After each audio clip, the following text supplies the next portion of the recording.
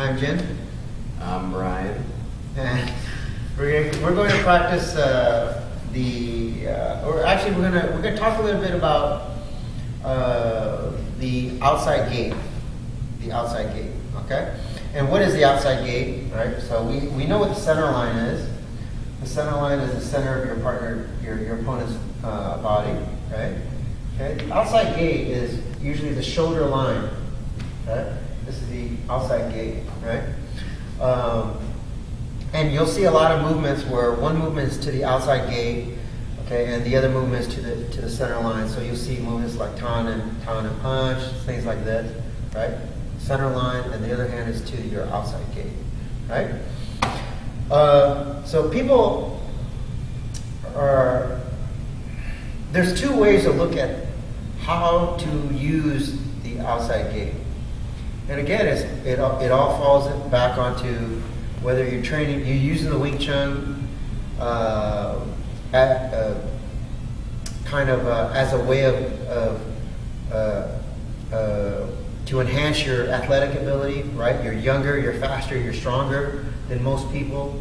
So you're going to use the outside gate differently than someone who's weaker or who's going to be older, who doesn't have that natural athleticism, right? So what am I talking about? Okay, so first thing is if most of you guys are familiar with this, okay? So if Brian throws a hook, right? I go outside gate, okay? And the other hand goes out to his center line, right? This one everybody's usually familiar with, okay? And you see that there's, and then I get a lot of questions about, okay, well, what if he's stronger?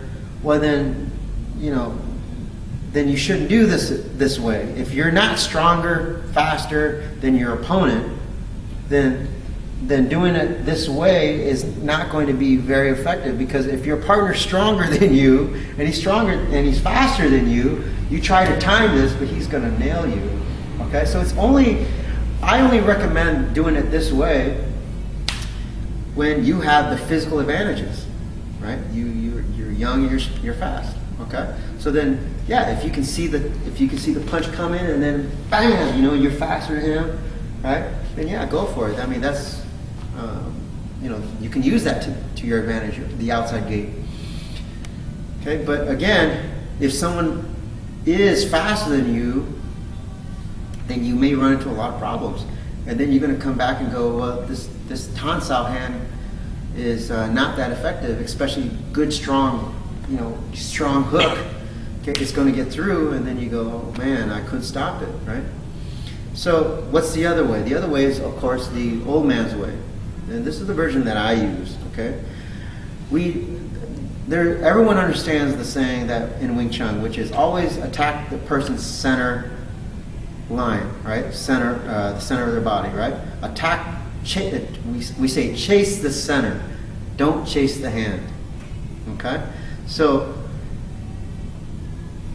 when you apply that to the old man's method of Wing Chun, well, how do you do that? How do you stop a punch, a hook, going to the outside gate when he's bigger, faster, stronger than you? Okay, so it all comes back to touch. Okay, all right.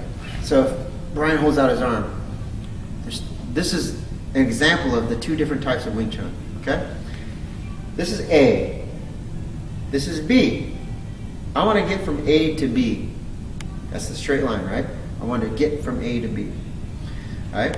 So if you're young and fast and you're strong, then a lot of times you're going to jump from A to B. So from here, I'm going to jump from A to B. I'm going to try to leap, right? Get there as fast as I can. But there's like a loss of there's a big gap of loss of contact in the process. Okay? But like I said, if you're faster than your opponent, a lot of times you're going to succeed. The other side is the old man's way. Okay? The old man's way is I get from here, I start from A, okay?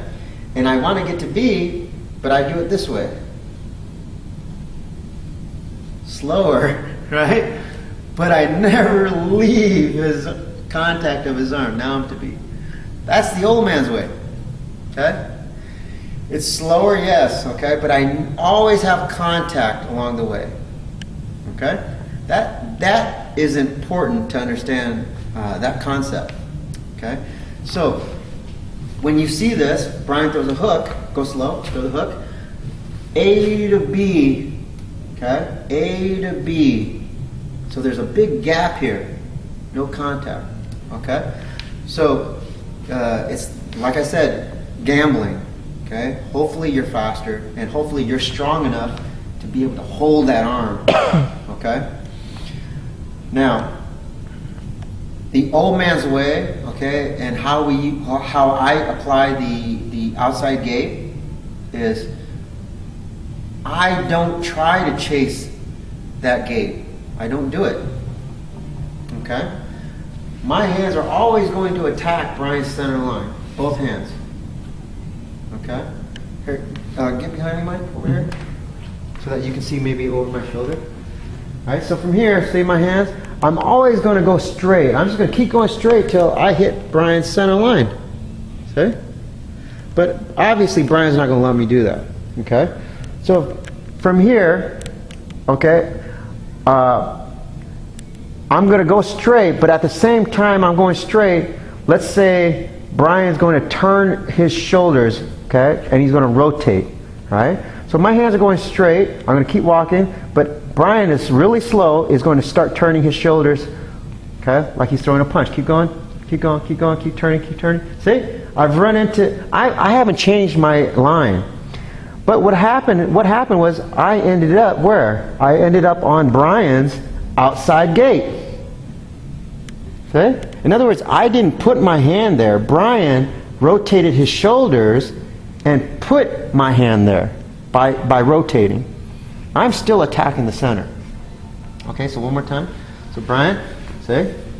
Don't worry about the hook. Just turn your shoulders, right? So from here, I'm going straight. See? But see, as I'm going straight, Brian's shoulder, because he's rotating, one of my hands is now at his outside gate. My other hand is still at his center, right? But one hand has ended up on his outside gate, his shoulder line, right? So I want you to think of that, and in other words, whenever someone is trying to hurt you, attack you, okay, they're going to do what? They're going to rotate the shoulders, right? Okay? Brian's going to punch. That means he's going to turn his shoulders. He's going to punch the other side. He's going to turn the shoulders. He's going to uppercut. He's going to turn the shoulders. He's going to throw the cross. He's going to turn the shoulder. He's going to elbow. He's going to turn his shoulders. Everything is for everyone out there who that's how they generate the power, is the shoulder rotation. Okay? So whenever the shoulders are turning means he's trying to attack me. He's trying to hurt me. Okay? So now, if my both hands are coming out and Brian is throwing the hook, right? See this? I run into his shoulder line. As soon as I touch his shoulder, my hand goes into tan, right? It hasn't really changed. It just turns into tan style. That stops that shoulder movement, see? I go straight, he turns, he rotates, I run into his shoulder. It's outside gate. The other hand does what? It wants to keep going to attack the center, right?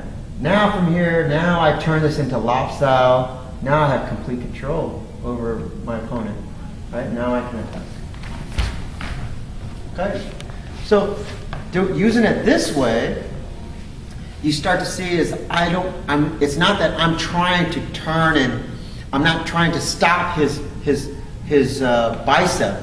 I'm not trying to stop the hook, because it can be any kind of attack. It can be an uppercut, it can be a fake, it can be a cross, it can be an overhand, it can be anything.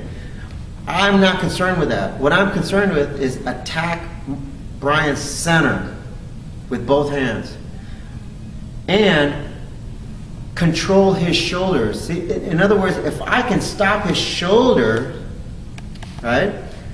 If I stop his shoulders from turning, right, then I basically control any technique that this arm is doing.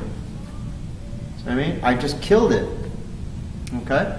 So I'm not trying to stop the technique that he's trying to apply. I'm just trying to stop his shoulders. Okay? And how do I do that? Is by controlling or jamming his outside gate. Okay? But we never, at least I don't, because I'm not strong enough, I don't try to reach, right? I don't try to reach to there, to the center. Because I'm jumping from A to B, right? And that's a long gap, and that's really dangerous, okay? So for me, I just go straight. I'm just going to go straight in, both hands, right? Both hands are going to go in. But as I'm going in, right, he's turning his shoulders, which puts me at his outside gate. Once I feel this, I jam it, okay? I jam that shoulder. Okay? The other hand's going to keep attacking because it hasn't stopped, right? And then from here, because his shoulder's jammed, right, now I rotate into lifestyle or whatever, right? Okay? But at least you understand now is that I'm not trying to physically try to stop his shoulders by meeting it. Okay? I just allow Brian to turn his shoulder, and that by turning his shoulder turns his center line, and it puts his outside gate right in front of my hand. Okay? So when I'm moving in, now I've jammed his outside gate. Okay? Jammed his outside gate, and the other hand can attack. All right? So when you're doing that, that's what you got to practice. Okay? So for example, okay, let's say I'm going straight. Now get into a fighting scene. Okay? Now let's say he goes. I'm going straight in, straight in, straight in. Let's say he lead jabs. Okay? We're gonna go really slow. Okay? See? I'm still going in, but now he's in my way. Okay? I'm stuck. Right? But now, come over here, Mike. Okay? My hands want to do what? Keep attacking his center. I want to keep attacking his center. So now he's going to try to throw that rear hook or rear cross or rear uppercut. Well, it doesn't matter. But this hand's going to leave. Right? So go slow. When he leaves, my hand's going to keep continuing. But I see this? Because he's turning his shoulders, one hand ends up on his outside gate. Okay? Outside gate. Right? The other hand is still on his center line.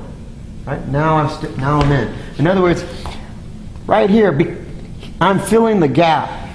Right here, see this? My body's in. As he's leaving this hand to punch with the other hand, he's bringing me in because this hand's leaving. You see it retracting? My hands want to keep going. See? This hand ends up on his outside gate. This hand ends up on his center line. So, in other words, the better your sensitivity, right? The better you're going to feel when to enter. So it doesn't matter how fast his hook is. Okay? It doesn't matter because the faster he goes to hook, the faster this arm goes to leave. He has to pull this hand back to hook, right? Like a box, like swinging. See, that hand has to go back. Why? Because his shoulders have to rotate. That's how a boxer gets power. So from here, that's what I want. The faster he leaves, the faster he brings me in. Okay? So it doesn't matter. I don't have to be as fast as Brian now. I just have to have good sensitivity. That's what I'm talking about. Going from A to B like this. I'm always in contact with him along the way. I'm not trying to jump from A to B. Jumping from A to B would look like this. Let's say I go in, right, and now I'm stuck. Now go slow. He goes to hook, but I see my hands. I'm not following, but I see him punching. So now I try to time it here. Okay? I try to go from here to, see, my hands, now I'm guessing. I have to try to beat him before that hand comes out. I have to beat him to get there. And hopefully when I meet his arm, I have to be stronger than him, right? So that I don't get hit. Right? But again, that's all gambling. Right? This way, you punch, lead jab, see I stick to him. See, I stick to him. Then as he's going, see, I continue to stick to him. See? Okay, now my whole body enters his space. It becomes almost impossible. No matter how strong he is, he now has to fight my entire body structure to get that arm towards my face. And that's the difference. I don't gamble so much to get to be able to stop his hook. Okay? So that's what I'm talking about when we're dealing with the outside gate. Okay? And again, like everything, Wing Chun can always be done one of two ways. You can do it the younger, faster, stronger way, or you can do it the old man's way. And again, neither one is right or wrong. It's just that the young man's way, it's gambling. And even if you are young and fast than most of your opponents, you're going to meet that one person when you try to spar him, and you can't stop him. He's faster than you, or he's stronger than you. And then you're going to go, God, I can't, this Tansao is not working. Okay? Then you're going to have to figure something else out.